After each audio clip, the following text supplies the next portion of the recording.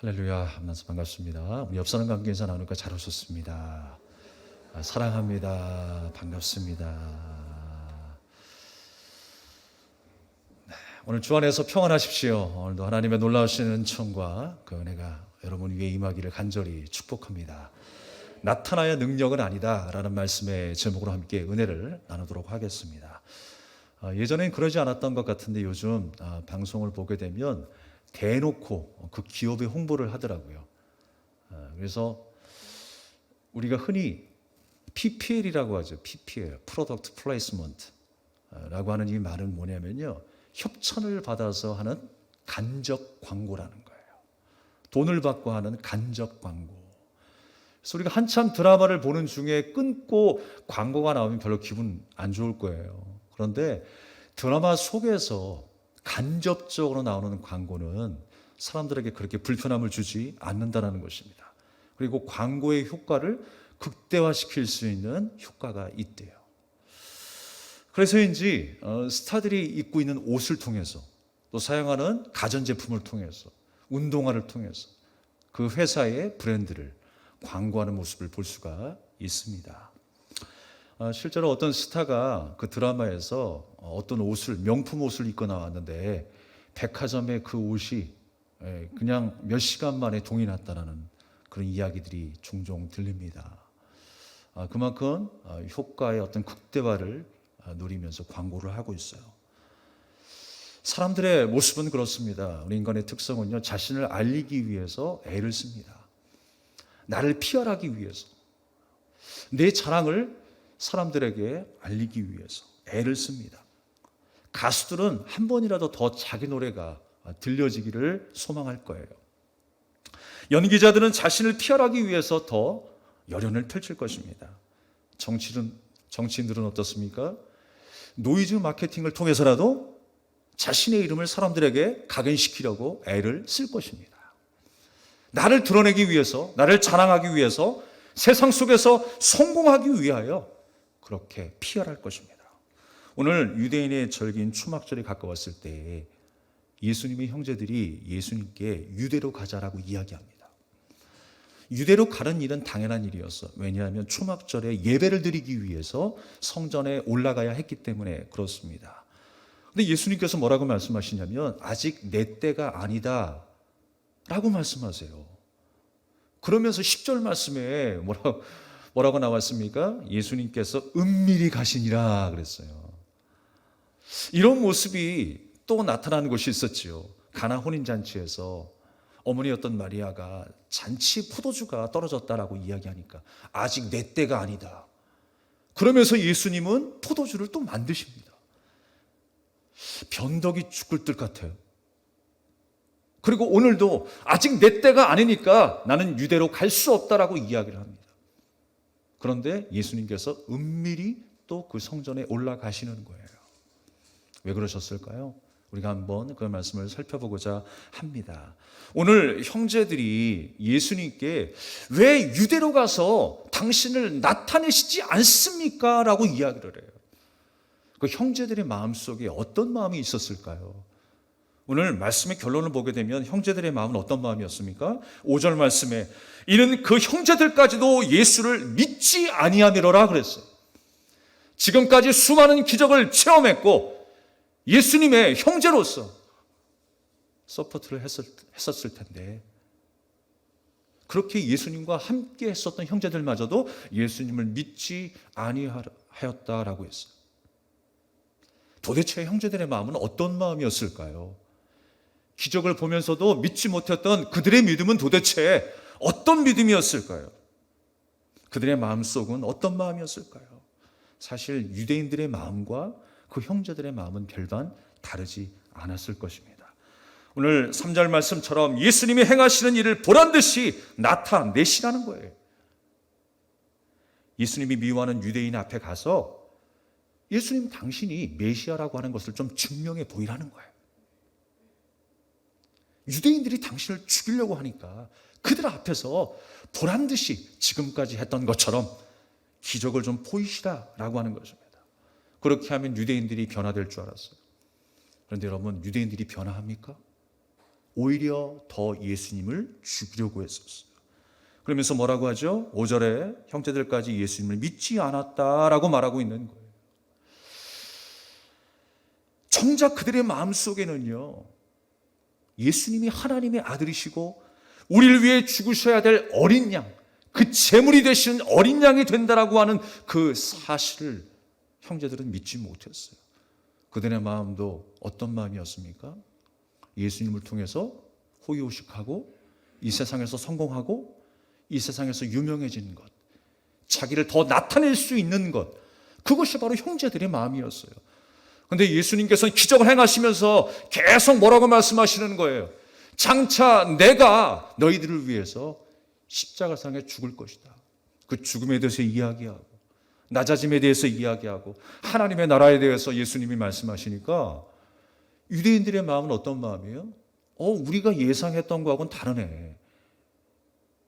우리가 기적을 바라보는 관점과 예수님이 기적을 바라보는 관점하고는 전혀 다른 거예요. 나는 그래도 율법을 지키면서 열심히 하나님 뜻대로 살겠노라고 사는데 왜 예수님은 나에게 죄인이라고 이야기할까? 독사의 자식이라고 이야기할까? 그렇기 때문에 유대인들은 예수님을 죽이려고 했어요. 예수님의 생각과 내 마음이 달랐기 때문입니다. 사실 여러분, 우리는 다 다르죠. 그 다르다라고 하는 것을 인정하기가 참으로 힘든 것 같아요. 성격도 다 다르잖아요. 혈액형이 A형이라고 B형이라고 그 부류에 속하면 다 똑같은 것입니까? 다 다르더라고요. 형제도 성격이 다르고요. 같은 혈액형을 가지고 있어도 다르고요. 심지어 쌍둥이도 성격이 다 다르더라고요. 제가 계속 여러 번 말씀드리다만 샴 쌍둥이라고 있어요. 머리가 붙어 있는데 몸은 두 개예요. 뇌는 하나를 가지고 공유를 하고 있는데 몸은 두 개여도 성격이 다르대요. 성격이 다 달라요. 그런데 여러분, 우리가 똑같을 수 있겠어요? 다른 것이 당연한 거예요. 또 때로는 부딪힐 수 있어요. 생각이 다를 수 있어요. 그러나 중요한 건 뭐냐면 틀린 게 아니다라는 거. 다름을 인정하고 그 다름을 받아들이는 것이 너무나 중요한 것입니다. 우리가 그러하게 될 때에 그리스도 예수 안에서 다른 사람들이 모였지만 하나가 되고 그 하나됨이 한 몸이 되어서 하나님께 영광이 될 줄로 믿습니다. 유대인들이 우리의 생각과 예수님의 생각이 달랐기 때문에 죽이려고 하는 것이었어요. 죄인이라고 했기 때문에. 그리고 예수님이 나는 하나님께서 보내신 사람이다라고 이야기했을 때, 하나님의 아들이라고 이야기했었을 때 많은 사람들은 분노했어요. 어떻게 사람의 모습을 가진 자가 하나님의 아들이라고 이야기를 할까? 분노하면서 예수님을 죽이려 달려들었던 것입니다. 사람들은요, 기적을 행할 땐 너무나 좋았지만 그 수많은 기적이 예수님께서 목적하신 바와 달랐기 때문에, 나의 욕망을 채워줄 목적이 있었기 때문에 예수님을 죽이려고 했었다라고 하는 것입니다. 기적을 체험하면서도 문제는 뭐예요? 순종으로 이어지지 않았다라는 거예요. 예수님은 목적을 가지고 그 기적을 베풀어 주셨는데, 그래서 순종의 자리로 인도하시고 거룩한 하나님의 자녀의 자리로 인도하시고 그들의 믿음이 성숙하기를 바라셨는데, 유대인들의 모습은 형제까지라도 그들의 마음은 어떤 마음이었습니까? 순종의 마음까지 이어지지 못했다라고 하는 것입니다. 기적이 일어나도 변화되지 못한 거예요. 사랑하는 여러분, 지금까지 형제들이 경험했던 그 기적은 무엇이었습니까? 과연 나는 정말 예수님의 마음과 같은 마음을 가지고 신앙생활하고 있습니까? 나의 간절한 마음을 주님 앞에 올려드리며 기도합니다. 우리가 해결해야 될 문제, 치유받아야 될 문제, 자녀의 문제, 또 미래에 대한 염려, 그 모든 것을 하나님 앞에 올려드리면서 정말 하나님의 마음을 가질 수 있는 저와 여러분이 될 수 있기를 바라겠습니다. 주님께서는 이 땅에 다른 목적을 가지고 오시지 않았어요. 세상의 영웅이 되시기 위해서 이 땅에 오신 분이 아니라고 하는 것입니다. 저마다 교회들이 그렇습니다. 어떤 성과를 이루게 되면 나타낼 것이 있고 보여줄 것이 있으면 그것이 우리 교회의 부흥의 원동력이었다라고 이야기를 해요. 그리고 그것이 부흥할 수 있는 조건이다라고 이야기를 합니다. 그러나 그대로 다 적용한다고 각 교회들이 부흥을 합니까? 교회 세미나를 가보면요, 그렇습니다. 그 교회들마다 자랑하는 것들이 있어요. 우리 교회는 이것을 합니다. 이런 행사를 합니다. 이런 프로그램이 있습니다. 이런 상담이 있습니다. 그래서 마치 그것으로 인하여서 부흥하는 것처럼 많은 사람들이 이야기를 해요.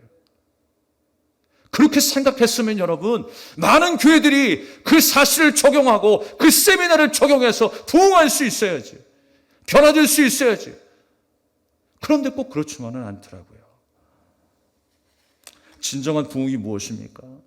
하나님께서 우리를 만나 주셨다는 데 있어요. 우리를 만나 주시고 우리가 회개의 운동이 일어나고 우리 안에 신앙의 성숙이 이루어지면서 그렇게 성숙하며 발전하는 일들, 그것이 바로 진정한 부흥이요, 주님께서 기뻐하시는 부흥의 모습인 줄로 믿습니다. 우리 베델교회 초창기의 모습을 생각해 보면요, 참 감사하고 놀라운 일들이 많았습니다. 암 환자가 고침을 받기도 했고요, 귀신 들린 자가 고침을 받기도 했습니다. 또 가정의 삶의 다양한 문제도 해결받는 놀라운 일들을 목격했어요.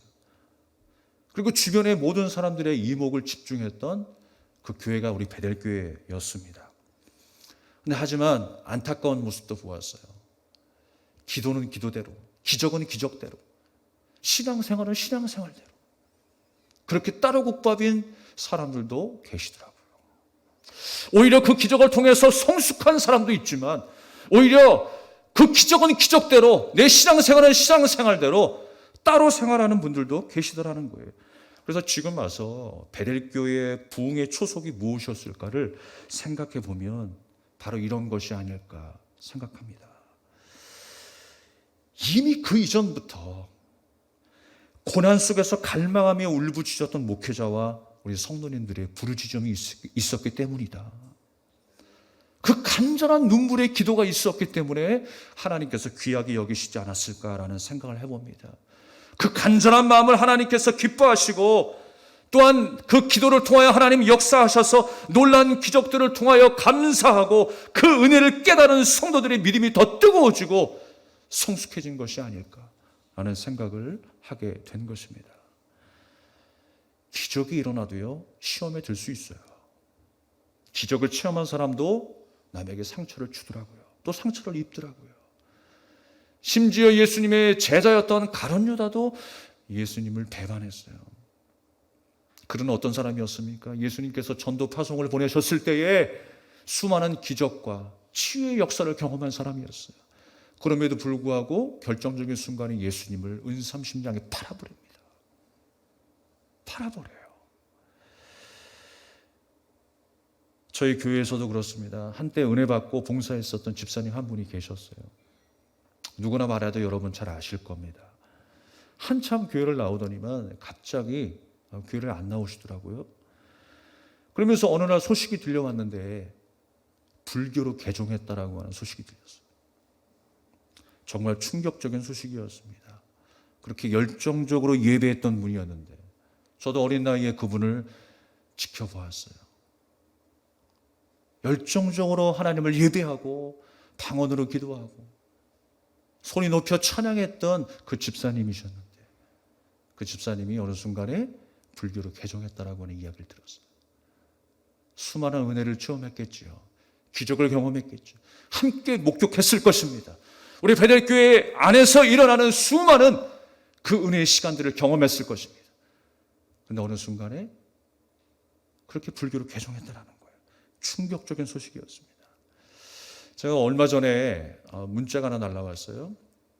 누군가 봤더니만 예전에 한 선교단에서 함께 사역을 했었던 그 자매님이 저에게 문자를 보내왔더라고요. 안부 인사를 하면서 어떻게 지내셨느냐, 어디서 목회를 하시느냐, 저는 이러한 사역들을 하고 있습니다. 이런 교회에서 이런 봉사들을 하고 있습니다. 라고 그렇게 이야기를 하더라고요. 근데 갑자기 또 문자 한 통이 왔는데 장황한 글 하나가 왔어요. 그래서 무슨 글인가 잘 살펴봤더니 신천지 이만희의 글이더라고요. 그리고 어느 순간에는 갑자기 또 문자가 하나 날라왔는데 신천지에서 뭐 세미나를 하는데 이 세미나의 이야기를 꼭 들어보십시오.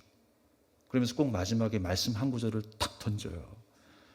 그래서 이 말씀에 대해서 깊이 고민해 보시라는 거예요. 그래, 고민해 볼게. 약간의 설명과 설득을 저도 했죠. 하나님의 말씀 위에 바로 서기를 바란다. 진리를 바로 깨닫고 바로 돌아오기를 원한다. 내 기도할게. 라고 이야기했는데 그 어떤 얘기도 소용이 없더라고요. 더 이상 답변하지 않았습니다. 정말 어떻게 그 사람이 그렇게 빠질 수 있었을까? 의문을 떨칠 수가 없었어요. 수많은 은혜를 경험했던 순간들이 있었는데, 기적을 경험했던 순간들이 있었는데, 눈물 콧물 흘리며 하나님 앞에 회개하며 주님의 말씀을 듣기 위하여 찾아왔었던 시간들이 있었는데, 어느 순간에 이단으로 빠진 그 모습을 보면서 충격을 받았어요. 그런데 여러분, 그 기적이 사람을 변화시키는 게 아니더라고요. 그 기적을 통해서 순종까지 이어지지 않았어요. 성숙한 삶으로까지 이어지지 않았어요. 우리의 삶은 그 어떤 은혜의 순간, 어떤 기적을 맛보아도 순종의 삶으로 이어져야 합니다. 하나님이 기뻐하시는 말씀에 순종의 삶을 살아가는 저와 여러분 되기를 주님의 이름으로 축복합니다. 유대인들도 예수님이 형제들에게도 나타나는 그 공통점은 무엇입니까? 믿지 않는 자들의 마음을 갖고 있었다라는 거예요. 그 믿지 않는 자들의 마음은 뭐예요? 세상에 자신을 나타내고 싶어하는 마음이었어요. 오늘 4절 말씀에 보니까 자신을 세상에 나타내소서라고 말합니다. 세상에서 위상을 떨쳐 자신의 능력을 증명할 수 있는 뭔가가 있어야 한다라고 하는 거예요. 보다 많은 사람들 앞에서 기적을 행해서 보란 듯이 주님이 능력자라고 하는 것을 보이십시오라고 하는 거예요. 예수님이 만약에 그 사탄의 요구에 응답하셨다면 사람들에게 인정받았을 것입니다. 자신이 하나님의 아들이라고 하는 것을 기적을 통해서 돌덩이를 떡덩이로 만드시고 성전 위에서 떨어져도 아무런 문제가 없다라고 하는 것을 보이시면 사람들은 예수님을 인정하고 또 예수님을 따랐을 것입니다. 그러나 시간이 지나면 또 그들은 예수님을 미워하게 될 거예요. 예수님을 부인하게 될 것입니다. 왜냐하면 그 기적만 바라보고 따라왔기 때문에 그런 거예요. 그러나 믿는 자들은요, 예수님을 절대로 이용하지 않습니다. 자신의 명예와 자신의 부를 위해서, 자신의 만족을 위해서 예수님이 기적이 있는 것이 아니라 예수님을 사랑하기 때문에 예수님을 따라가는 거예요. 예수님을 사랑하기 때문에 예수님이 가셨던 그 길도 함께 동참하게 되는 것입니다. 뭔가를 얻어내기 위해서 예수님을 이용하는 사람이 아니라고 하는 것입니다. 요즘 코로나를 통해서 많은 교회들이 방송을 통해 예배를 중계합니다. 지금 저희 교회도 온라인으로 중계가 되고 있습니다만, 그런데 선교라고 하는 그 미명 아래 하나님의 말씀을 증거한다고 하면서 오히려 자신과 교회를 홍보하려고 하는 그 효과를 노리는 분들이 많이 계시는 것 같아요. 그래서 마음이 좀 불편합니다.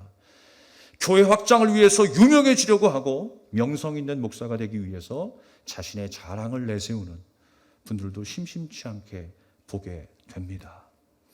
정말 예수님을 사랑한다는 것이 무엇인가를 좀 고민하게 돼요. 여러분, 저를 위해서도 기도해 주십시오. 균형을 잃지 않기 위해서 애를 쓰고 있습니다만 사람의 마음인지라 늘 흔들립니다. 저를 위해서 기도해 주십시오. 하나님의 말씀이 전파를 통해서 잘 증거될 수 있도록 우리 베델교회가 바르게 세워지는 건강한 교회로 소문날 수 있도록 함께 기도해 줄 수 있기를 바라겠습니다. 왜 자꾸 세상의 교회들이, 세상에 있는 교회들이 허울만 좋은 교회의 모습이 되어갈까요? 허울만 좋은 그 성도의 모습만 되어갈까요? 하나님께서 과연 대형교회와 소형교회를 나누시겠습니까? 구분해서 바라보실까요? 강남의 성도와 강북의 성도를 구분해서 바라보실까요? 우리는 그 수준을 이야기할 때마다 불편함을 느껴야 돼요, 소식. 하나님께서는 그렇게 구분 짓는 분이 아니시라는 거예요. 어디에 살든 어떤 조건이든 어떤 상황이든 내가 처한 그 상황 속에서 체면과 자존심과 상관없이 하나님의 뜻을 분별하고 순종하는 주님의 제자가 되어야 할 줄로 믿습니다. 아무 조건에 상관없이, 우리의 자존심, 우리의 체면에 상관없이, 내가 나타낼 것이 없어도, 사람들에게 보일 만한 것이 시원찮아도 우리는 하나님 앞에 그 말씀에 순종하며 살아가는 주님의 자녀가 되어야 한다는 것입니다. 오늘 10절 말씀에 예수님도 초막절이 되어 성전에 올라가셨다 그랬어요. 그런데 은밀히 가셨다라고 말씀하고 있습니다. 왜 예수님께서 갑자기 변덕이 생기셔서 마음을 바꾸시고 성전에 올라가셨을까요? 나는 세상의 뜻대로, 사람의 뜻대로 살지 않고 하나님의 뜻대로 아버지의 말씀에 순종한다라고 하는 것을 예수님이 보여주고 계시는 거예요. 자신을 나타내려고 하는 사람의 뜻에 따라 움직이는 것이 아니라 오직 하나님의 뜻에 따라 움직이셨다는 거예요. 우리의 마음도 이런 마음이어야 합니다. 내 뜻대로, 세상의 뜻대로 움직이는 것이 아니라 바로 하나님의 뜻대로 움직이는 우리가 되어야 한다는 것입니다. 하나님께서는 하나님의 때에 그분의 계획을 분명히 이루어 가시는 분이세요. 주님의 그 시간대에 주님의 일들을 분명하고 정확하게 차근차근 이루어 가시는 분이세요. 우리가 이해할 수 없어도, 우리 앞에 나타나지 않는다 할지라도 보이지 않는 손길을 통하여서 성령의 감동과 그 능력으로 말미암아 일하고 계신 분이 우리 하나님이신 줄로 믿습니다. 6절의 말씀에 보면 너희의 때는 늘 준비되어 있다라고 이야기를 해요. 사람들은, 형제들의 마음은 어떤 마음이었습니까? 자기의 영광을 위해 사는 자들은 어떤 마음이에요? 하나님의 때에 맞춰 살지 않고 세상의 때에 맞춰 살아가요. 자기의 때에, 상황에 맞춰 살아가는 인생들이라는 거예요. 하고 싶은 대로 다 하면서 살아가는 인생들이라고 하는 것입니다. 그러나 우리는 예수님처럼 하나님의 뜻대로 살아가는 저와 여러분이 되어야 합니다. 체면과 자존심을 위해 살아가는 인생들은요, 늘 마음이 조급할 수밖에 없어요. 자신의 욕심을 채우려고 하는 인생들은 늘 마음이 조급하고 불편할 수밖에 없습니다. 왜냐하면 항상 나는 성공하는 사람들의 대열에 끼어 있어야 하기 때문에 그래요. 세상이 나를 얼마나 알아주느냐, 그 세상의 이목에 집중하며 살아가기 때문에, 그것이 바로 우리의 삶의 기준이 되기 때문에 늘 불안한 마음으로 살아갈 수밖에 없는 것입니다. 우리 교회만 생각해 봐도 그래요. 사람들이 만나면 교회에 대해서 이야기할 때 무슨 이야기를 나눕니까? 성도가 몇 명이고, 성도들의 수준이 어떻고, 사는 형편이 어떻고, 신분들이 어떻고, 교회의 어떤 가치를 판단하는 기준이 잘못되어 있어요. 여러분, 진정한 교회가 무엇입니까? 하나님의 백성답게 살아가는 것, 하나님의 뜻에 맞게 살아가는 것, 하나님의 때에 따라가는 것이 바로 진정한 교회의 가치 아니겠습니까? 바로 그러한 우리 베델교회, 건강한 우리 베델교회가 될 수 있기를 주님의 이름으로 축원합니다. 오늘 말씀을 통해서 우리에게 가르쳐 주고 계세요. 믿는 자의 모습이 어떤 모습이냐, 또 믿지 않는 자의 모습은 어떤 모습이냐. 우리가 진짜 예수님을 따를 수 있는 믿는 자의 모습으로, 보이는 것이 없어도, 나타나는 것이 없어도 우리를 위하여 일하시는 전능하신 하나님의 손길을 경험하고 그 뜻에 따라 순종하며 살아가는 우리 모두가 되기를 주님의 이름으로 축복합니다. 탤런트 정일의 권사님을 아시죠? 그는 연예계 안에서도 기도하는 사람이라고 소문이 자자합니다. 어느 날 권사님이 뉴스를 보는데 평소 알지 못했던 탤런트 이광기 집사님의 뉴스를 보게 되었대요. 마침 그 아들이 신종플루가 걸려서 사망했다라고 하는 뉴스를 보게 되었어요. 그때까지만 해도 모르는 사이였다고 합니다.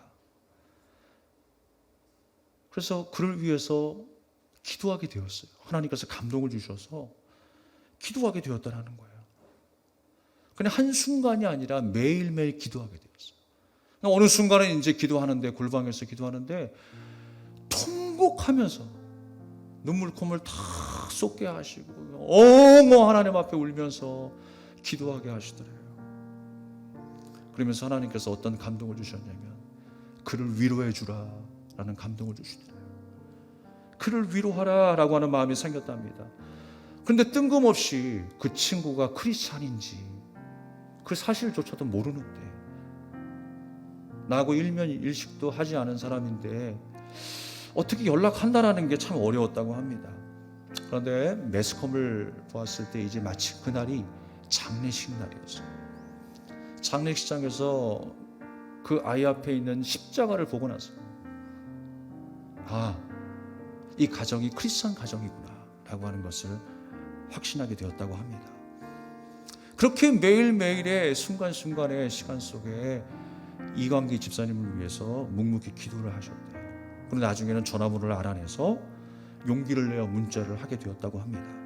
나 정일이라고 하는 사람인데 기도 중에 하나님이 너무 마음 아파하시고 위로해 주기를 원하는 마음을 주셔서 그걸 전해야 될 것 같아서 문자를 남깁니다 라고 전했어요. 그랬더니 이광기 집사님이 너무 감사하다고 화답을 했습니다. 그리고 그 이후에 매일매일 말씀 문자를 이광기 집사님에게 보내게 되었어요. 그 집사님은 큰 위로를 받고 평안함을 얻기 시작했습니다. 그러다가 가끔 유난히 권사님이 더 마음이 괴로울 때가 있다, 더 마음이 힘들어서 주님 앞에 기도할 수밖에 없는 상황을 만날 때가 있어요. 또 그때마다 문자를 보내면 이광희 집사님이 나 마침 아들이 너무 보고 싶어서 좀 밖에 어느 곳에 나와 있습니다 라고 할 때가 있더래요. 더 힘들 때 하나님께서 권사님을 통해서 말씀을 통해서 위로해 주시는 거예요. 그 손길이 닿게 하시는 거예요. 보이지 않는 손길을 통해서 하나님께서 이렇게 역사하셨다라고 하는 것입니다. 또 그때까지도 아직 이 얼굴을 본 적이 없는데 이광희 집사님이 연락이 왔어요. 그러면서 요번에 아이의 보상금이 남았습니다. 선배님 따라 저도 좋은 일을 하고 싶은데 어떻게 해야 할까요? 라고 물어보더래요. 그러면서 월드비전을 소개해 주었습니다. 그래서 자신이 그 아들 사망 보험금으로 받은 그 모든 전액을 수많은 사람들이 지진으로 사망하게 된 그 IT라고 하는 나라 있죠. 그 IT에 기부하게 되었다고 합니다. 그래서 지금은 월드비전의 홍보대사로 열심히 기쁨으로 봉사하고 있어요. 이런 일들을 만나면서 정현의 권사님이 고백하는 고백은 무엇입니까? 사람이 엮을래야 엮을 수 없는 일이 일어났다라는 거예요. 어떻게 해보려고 해도 할 수 없는 일들이 나타났다라는 거예요. 그러면서 하나님은 정말 특별하셔라고 고백하시더라고요. 우리 하나님은 은밀하게 도우시는 아버지십니다. 우리 앞에 나타나지 않는다 할지라도, 거창하게 화려하게 어떤 역사와 기적이 일어나지 않는다 할지라도 하나님은 지금도 나를 위해서 일하고 계신 줄 믿습니다. 꼭 우리 눈앞에 나타나야 능력은 아니에요. 하나님은 지금도 보이지 않는 손길을 통해서 역사하고 계십니다. 위로하고 계시고 치료하고 계시고 그를 성숙하게 만들어 가신 줄 믿습니다. 우리 마음을 녹이시고 누군가의 인생 가운데 개입하셔서 지금도 하나님의 섭리 가운데 선한 능력으로 인도하고 계신 줄 믿습니다. 교회 안에는요, 분명히 무명의 용사로서 묵묵히 기도하신 분들이 계십니다. 마음의 상한 자들을 위해서 중보하시고 또 교회를 위해서, 나라와 민족을 위해서, 불쌍한 영혼들을 위해서 기도하고 중보하고 있는 분들이 분명히 계세요. 저는 여러분 모두가 그렇게 되시기를 바라겠습니다.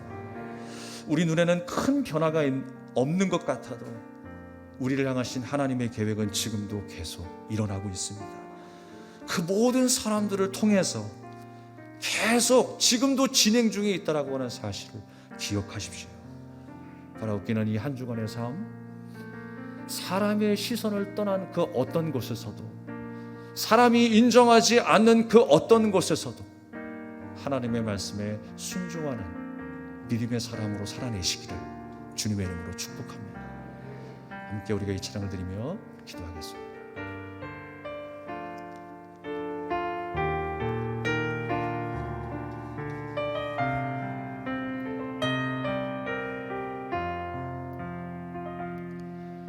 내가 걸어온 길, 길고도 짧은 길, 내 힘으로 걸어온 줄 알았는데 여기까지 온 것도 주가 동행함이라.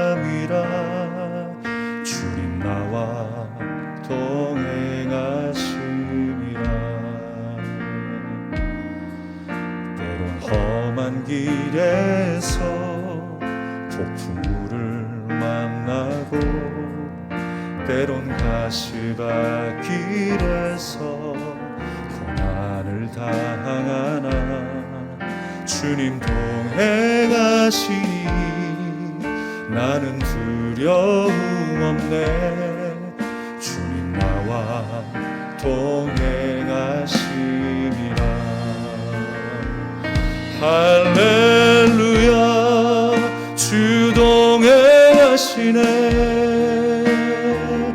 할렐루야 주 동행하시네. 험한 골짜기도 나 두려움 없네.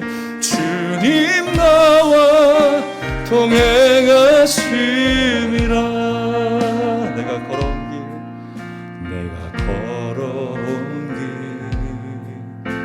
길 길고도 짧은 길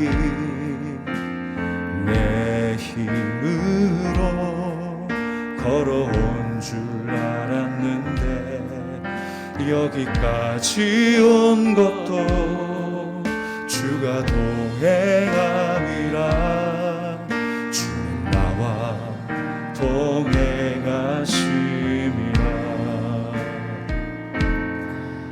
때론 험한 길에서 폭풍우를 만나고 때론 가시밭길에서 고난을 당하나 주님 동행하시니 나는 두려움 없네. 주님 나와 동행하심이라. 할렐루야 할렐루야 주 동행하시네. 할렐루야 주 동행하시네. 험한 골짜기도 나 두려움 없네. 주님 나와 동행하심이라. 할렐루야 할렐루야 주 동행하시네. 할렐루야 주 동행하시네. 험한 골짜기도 나 두려움 없네. 주님 나와 동행하시. 다시 한번 전심으로 할렐루야 할렐루야 주 동행하시네. 할렐루야 주 동행하시네. 그 나라 갈 때까지 그 나라 갈 때까지 나를 붙드시네. 주님 나와 동행하시. 다시 한번 할렐루야로 주님을 찬양합니다. 할렐루야 주 동행하시네. 할렐루야 주 동행하시네. 그 나라 갈 때까지 그 나라 갈 때까지 나를 붙드시네. 주님 나와 동행하심이라. 아멘. 주님이 지금도 나와 동행하십니다. 앞으로의 모든 시간들도 하나님이 나와 동행하실 것입니다.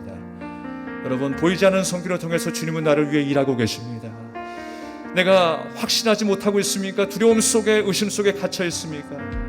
여러분, 다시 한번 눈을 열고 귀를 열어 하나님의 세미한 음성을 들으시길 바랍니다. 주님이 나에게 말씀하신 그 말씀을 기억하십시오. 그 약속을 붙드십시오. 나를 위해 일하시고 나를 붙드시고 나를 위로하시는, 나를 치유하시는 그 하나님의 놀라운 역사 지금도 일어나고 있습니다. 하나님, 나와 함께하여 주시옵소서. 하나님, 주님을 믿고 의지할 수 있는 굳건한 믿음으로 서게 하여 주시옵소서. 우리 주님 앞에 주여 한번 외치며 간절히 기도하겠습니다. 주여!